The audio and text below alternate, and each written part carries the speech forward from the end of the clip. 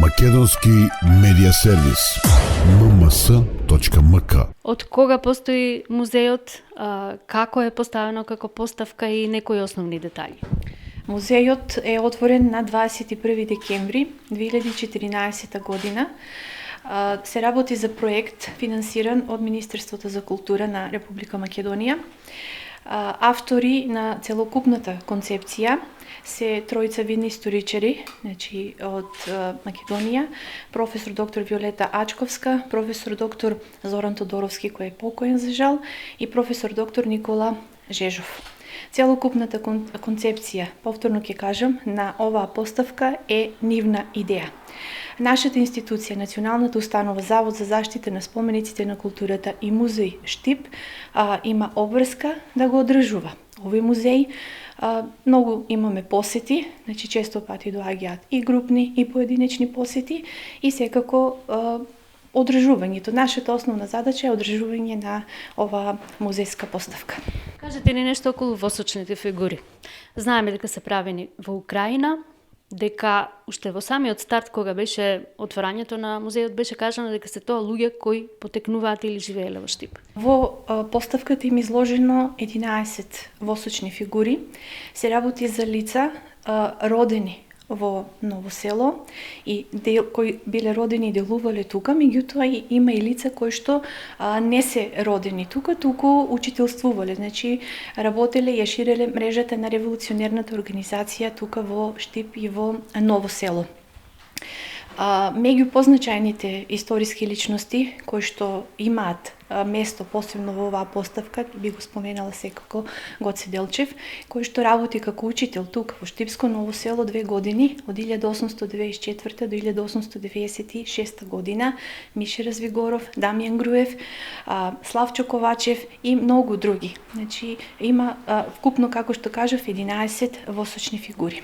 Секако централна фигура овие денови за која многу се зборува е Ванчо Михајлов. Во моментот сме во просторијата каде што е тој, заедно со копиите од неговите документи.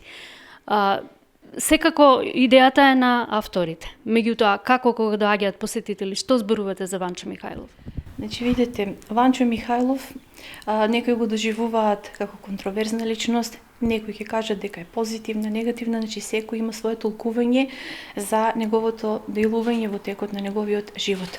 Тој има место бидејќи е роден тука во Ново село, затоа е изложен во поставката и како последен председател, односно лидер на историското ВМРО.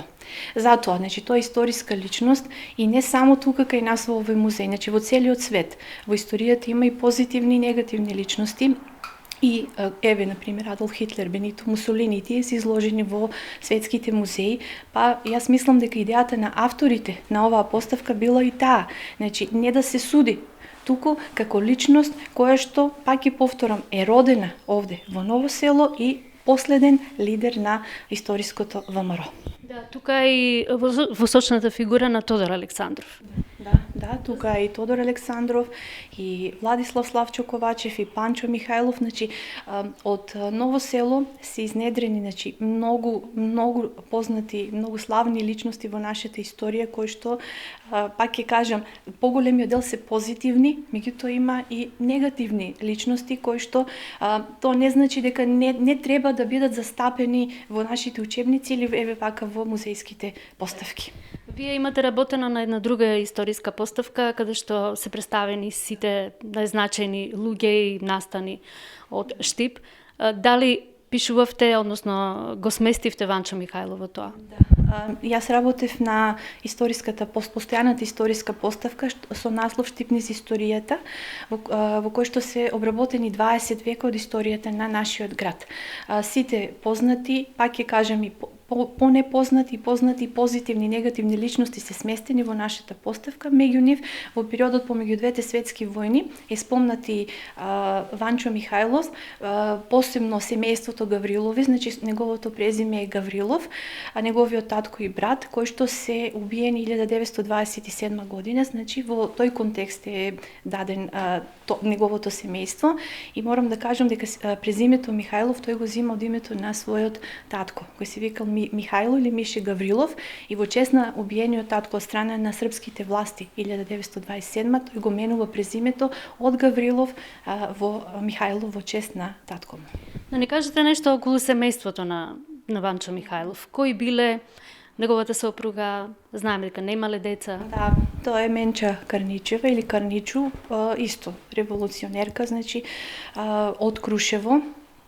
И таа е член, значи, на организацијата. Таа е познатиот атентатор кој што во Виена го убива Тодор Паница, значи и таа е позната личност во историјата. Дел од револуционерното. Неговиот брат и татко исто. Да, неговиот брат и татко, како што кажав, се убиени 1927 година тука на мостот на реката Отиња, после убиството на генералот Михајло Ковачевиќ, убиен 1927 година, тогашните српски власти во градот започнуваат претреси, раци во куќите и доаѓаат во куќата на Ванчо Михајлов, Иван, неговото право име Иван, значи Ванчо Михајлов, и ги земаат од дома неговиот татко и брат и јавно ги екзекутираат пред жителите на Ново село и на Штип со цел да упатат порака, значи да не се борат против воспоставениот режим во тоа време. Се наоѓаме во просторија, пред просторијата каде што е сместен Ванчо Михајлов има еден интересен куриозитет, тука се две личности кои што настрадале од негова рака. Да. Значи во оваа просторија е Владислав Славчо Ковачев, многу истакнат интелектуалец, значи многу позната личност во македонската историја.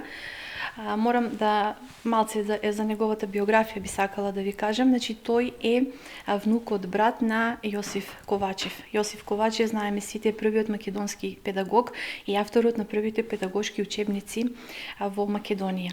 Значи Јосиф Ковачев е, морам и тоа да го напоменам, еден од првите доктори на науки, правни науки, истакнат, значи правник, докторирал во Брисел.